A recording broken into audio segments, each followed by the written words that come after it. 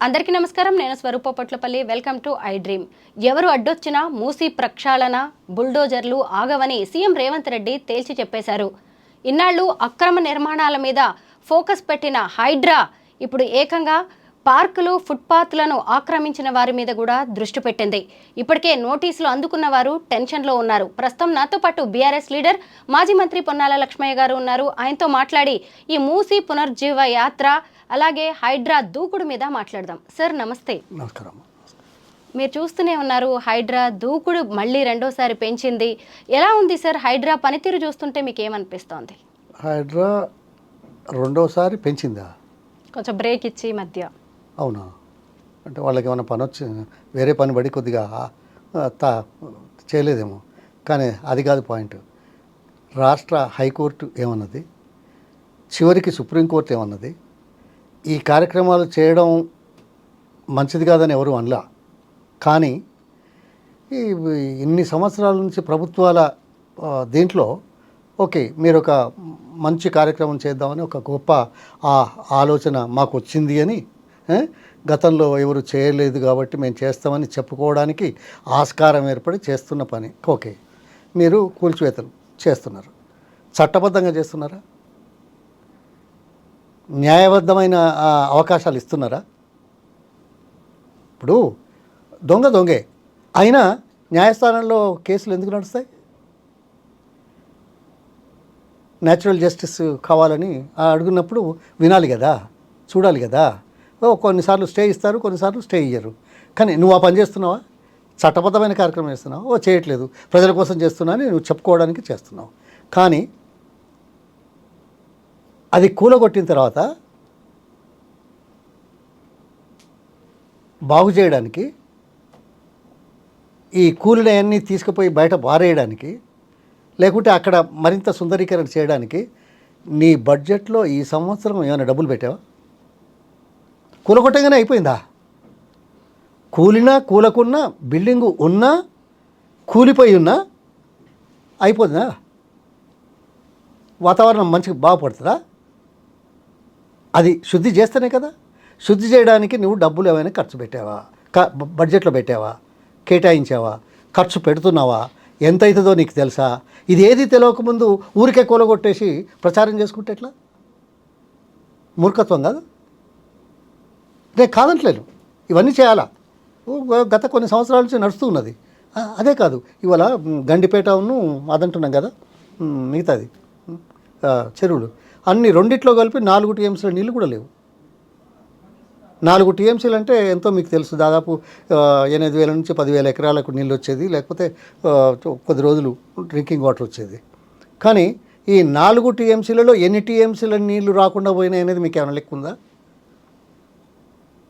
ఈ గత 10 సంవత్సరాల్లో ఇరిగేషన్ ప్రాజెక్టుల ద్వారా కొత్తగా ఎన్ని టీఎంసీల నీళ్ళ సామర్థ్యాన్ని పెంచారో తెలుసా మీకు? ఇప్పుడు ప్రాణహిత చేవెళ్ళ, కాళేశ్వరం తర్వాత ఉన్నాయి కదా, దాంట్లో రిజర్వాయర్ల కెపాసిటీలు పెంచారు.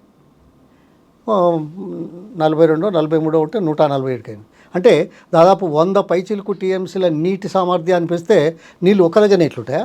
గొట్టంలా కాదు కదా, ఏరియా కదా. ఎంత ఏరియా వాటర్ స్ప్రెడ్ అయితే అంత మంచిది కదా. దాంతోటే కదా వాతావరణ కాలుష్యం తగ్గేది. అందుకోసమే కదా మీరు చేసేది. మీరు 2 టీఎంసీలు 3 టీఎంసీల నీళ్ళకే ఇంత గొప్పగా మాట్లాడితే 110 టీఎంసీల నీటి సామర్థ్యాన్ని రాష్ట్రంలో హైదరాబాద్ చుట్టుపక్కల పెంచితే దానికి విలువ లేదా? మొదలు మీరు డబ్బులు పెట్టరు, రెండోది మీరు చేసేది కొద్దిది, ఇంతకుముందు చేసింది ఇది ఎవరైనా వచ్చిందా? ఇదే కాదు, ఈ వాతావరణాన్ని కాలుష్యం లేకుండా చేయడానికి ప్రపంచంలో కానీ దేశంలో కానీ ఏదైనా రాష్ట్రంలో మన దగ్గరలాగా వృక్ష సంపద పెట్టామా? అది కాలుష్యాన్ని నివారించడానికే కదా. ఒకవైపు ఇక్కడ ఇంత పెద్ద ఎత్తున కాలుష్య నివారణకు చేస్తున్న నేపథ్యం ఒకటైతే, ఏదో 2 టీఎంసీల నీళ్ళ గురించి ఇట్లా మాట్లాడి గొప్పలు చేస్తున్నామని పబ్బం గడుపుకోవడానికి చేసే ఎత్తుగడలు. ఇందులో ఎంతమందికి నష్టమవుతున్నది? వాళ్ళందరికీ పునరుజ్జీవ కార్యక్రమాలకు నీకు డబ్బు కేటాయించావా? మొదలు అవి క్లీన్ చేయడానికి కావాలా. తర్వాత ఎవరైతే నష్టపోతున్నారో ప్రభుత్వాల వైఫల్యాల వల్ల, నిర్లక్ష్యం వల్ల వాళ్ళు కట్టుకోవడానికి ఆస్కారం ఏర్పడిన నేపథ్యంలో ఏ ప్రభుత్వం అయినా అప్పుడు ఇప్పుడు అన్నిట్లలో జరిగింది. అయితే దానికి బాధ్యత వహించి వాళ్లకు పునరుజ్జీవన కార్యక్రమానికి ఎన్ని వందల కోట్లు అయితే ఎన్ని లక్షల కోట్లు అయితే ఆలోచించారా? ఇస్తున్నారా? న్యాయం కాదా? వైఫల్యాల వల్ల నష్టపోయారు. వైఫల్యాల వల్ల ఇప్పుడు మీరు ఏదో కొత్తగా చేస్తున్నారు. చేయండి, వదనం. కానీ వాళ్ళ పునరుజ్జీవనం కావాలా వద్దా? వాళ్ళ కుటుంబాలు నిలబడాలా లేదా? తినాలా లేదా? బతకాలా లేదా? చంపుతారా? వాళ్ళ మనోవేదనకు బాధ్యత ఎవరు వహించాలి? ప్రభుత్వాలు వహించాలి కదా. ఏ ప్రభుత్వం అయినా వహించాలి కదా. అది వహిస్తున్నారా? దానికి తగిన సదుపాయాలు చేస్తున్నారా? లేదే. అందుకోసం ఒకటేమో చట్టం, న్యాయం, న్యాయబద్ధంగా చేస్తున్నావా లేదా, లేకుంటే న్యాయాన్ని మన చేతిలో తీసుకుంటున్నావా, చట్టాన్ని మన చేతిలో తీసుకుంటున్నావా, చట్ట పరిధిని దాటి చేస్తున్నామా? తర్వాత పునరుజ్జీవ కార్యక్రమాలకు మానవతా కోణం మీరు ఆలోచిస్తున్నారా? మీరు డబ్బులు కేటాయిస్తున్నారా? వీటన్నిటికీ సమాధానం చెప్పక చేస్తే ఈ సమాజం ఊరుకోదు, ఈ ప్రజలు ఊరుకోరు. అంతే. ఇది అసలు సంగతి. సార్, రేవంత్ రెడ్డి మూసీ పునరుజ్జీవ సంకల్ప యాత్ర మొదలుపెట్టారు, పాదయాత్ర కూడా చేశారు. అయితే కొంతమంది మూసీ ప్రక్షాళనను అడ్డుకోవడానికి ప్రయత్నిస్తున్నారు అని అంటున్నారు. సరే, ఎంతవరకు కరెక్ట్? మూసీ ప్రక్షాళన అవసరం అంటారా? ఎందుకంటే మీరు భారీ నీటిపారుదల శాఖ మంత్రిగా చేశారు. నీటి విలువ మీకు తెలుసు, నదుల విలువ మీకు తెలుసు. ప్రస్తుతం మూసీ ప్రక్షాళన మీద రేవంత్ రెడ్డి అడుగుల మీద మీ అభిప్రాయం ఏంటి? ఒక నదిని సుందరీకరణ పేరుతో చేయడం అనేది ఈయన కొత్తగా అనుకుండా, ఆలు ఆల్ఫాబెట్లు ఇదివరకు లేవా? కొత్త విషయం కాకపోయినా పాత ప్రభుత్వం ఎందుకు చేయలేదు సార్? పాత ప్రభుత్వం ప్రారంభించింది, ప్రయారిటీస్ ఉంటాయి. ఇప్పుడు పాత ప్రభుత్వం చేయకపోతేనే ఇన్ని పెట్టుబడులు వచ్చినాయా? ఇప్పుడు ఇది సుందరీకరణ చేయగానే వస్తాయా? ఎన్ని కోట్లు? 1,50,000 కోట్లు. ఎన్ని సంవత్సరాలు చేస్తానంటున్నావు? 6 సంవత్సరాలు. అంటే సంవత్సరానికి 25,000 కోట్లు. అవునా? ఏ ముఖం పెట్టుకొని మాట్లాడుతున్నావా? నీ 5 గ్యారంటీలు, 6 గ్యారంటీలు, 420 హామీలకు ఎంత డబ్బు అవుతుందో ఇప్పటికైనా చెప్పావా? లేదే. పాతవి కొనసాగిస్తున్నావా? కొనసాగించట్లేదే. 11 మాసాలు దాటింది కదా. దాంతోపాటు ఇది 25,000 కోట్లు సంవత్సరానికి. అంతేకాదు, ప్రజల దృష్టి మరల్చాల్సిన ఎత్తుగడల్లో ఇదొకటే కాదు. ఇంకా చెప్పాను కదా, పవర్, గ్రీన్ పవర్ 20,000 కోట్లు 6 సంవత్సరాల. అయితే అదో 20,000 కోట్లు అవుతుంది సంవత్సరానికి.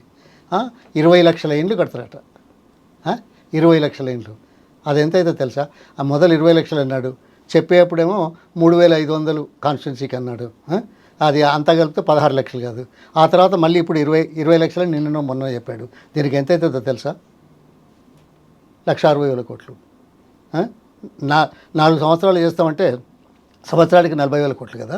ఇవి 40, అవి 25, 20 ఎంత అండి? ఏమో నాకు లెక్కలు సరిగ్గా రావు. 85,000 కోట్లు అదనంగా కొత్తగా. ఇంకా ఆర్ఆర్కు ఏది 5,000 కోట్ల నుంచి ఇంకేదో పెంచేసాను 13,000 కోట్లట.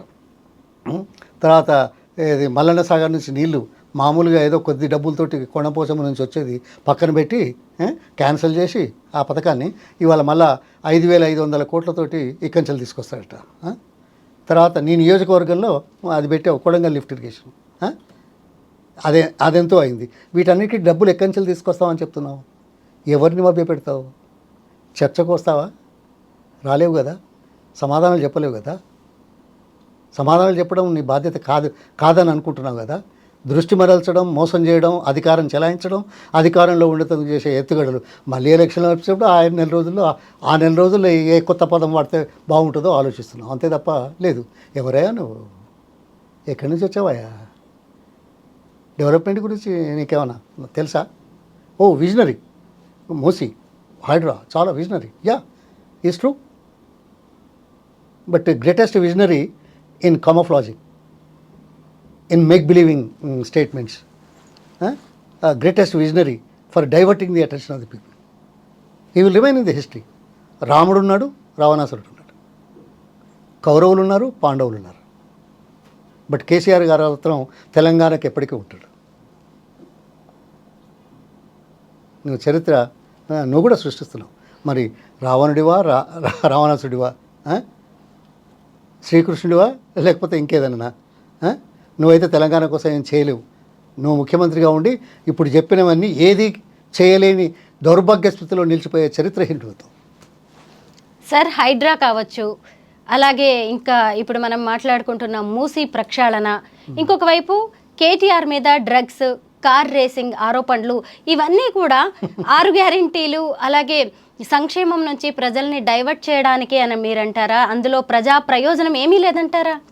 చూడమ్మా, ప్రజా ప్రయోజనం లేదని నేను ఎందుకంటాను? విజనరీ అన్నాను కదా. అమలు చేస్తావా? కొనసాగిస్తున్నావా పాతయి? అవి సంక్షేమం కాదా? ప్రజలకు వద్దా? నువ్వు కొత్తగా చెప్పిన ఏమన్నా మొదలు పెడుతున్నావా? రుణమాఫీ ఇచ్చావా అందరికీ? 22 లక్షల మందికి రాలేదు, ఇచ్చావు.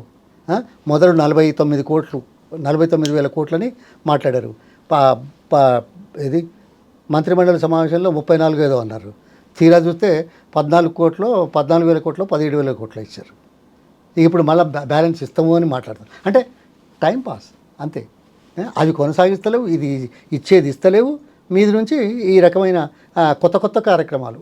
ఓ విజనరీ, చాలా గొప్పలయ్యా. ఇది బాగా చేస్తాడట, అది బాగా చేస్తాడట, ప్రచార నిమిత్తం చేసే ఎత్తుగడలు తప్ప. దమ్ముందా? ధైర్యం ఉందా? మీరు పిలవండి అమ్మా, మాట్లాడదాము. చర్చకు రమ్మనండి. దానికి ఎక్కడికి రాడే చర్చకు? ఎప్పుడన్నా వచ్చాడా? ముఖ్యమంత్రి కదండి. అయితే ముఖ్యమంత్రి అయితే రావద్దా? ఇట్లా చెప్పుకుంటే పోతే అయిపోయిందా? మేమే ముఖ్యమంత్రులం కాదు, మరి మేము కూడా చెప్తే మీరు రాస్తారో రాయరో కానీ ఆ ప్రచారం. ఒక్క నిమిషం అమ్మా, ఇవాళ గ్రామాలలో రుణమాఫీ కాలేదని ఎంతమంది రైతులు మాట్లాడుతున్నారు? ఏ ఊరికి వెళ్ళినా 100, 50, 200 మంది ఉన్నారా? వాళ్ళ వాయిస్ ఈ మీడియాలో వస్తుందా? ఈయన మాట్లాడింది మొత్తం వస్తుంది. ఓహో సుందరీకరణ, ఓహో హైడ్రా, రెజ్యునేషన్, ఓహో లేకపోతే 20,000 మెగావాట్ల గ్రిడ్ పవరు, ఇది అది వస్తుంది. ఇది వస్తే దానికి నేనేం అభ్యంతరం చెప్పా? దీనికి ప్రత్యామ్నాయంగా ప్రజలు ఏమనుకుంటున్నాను అది రావాలా వద్దా?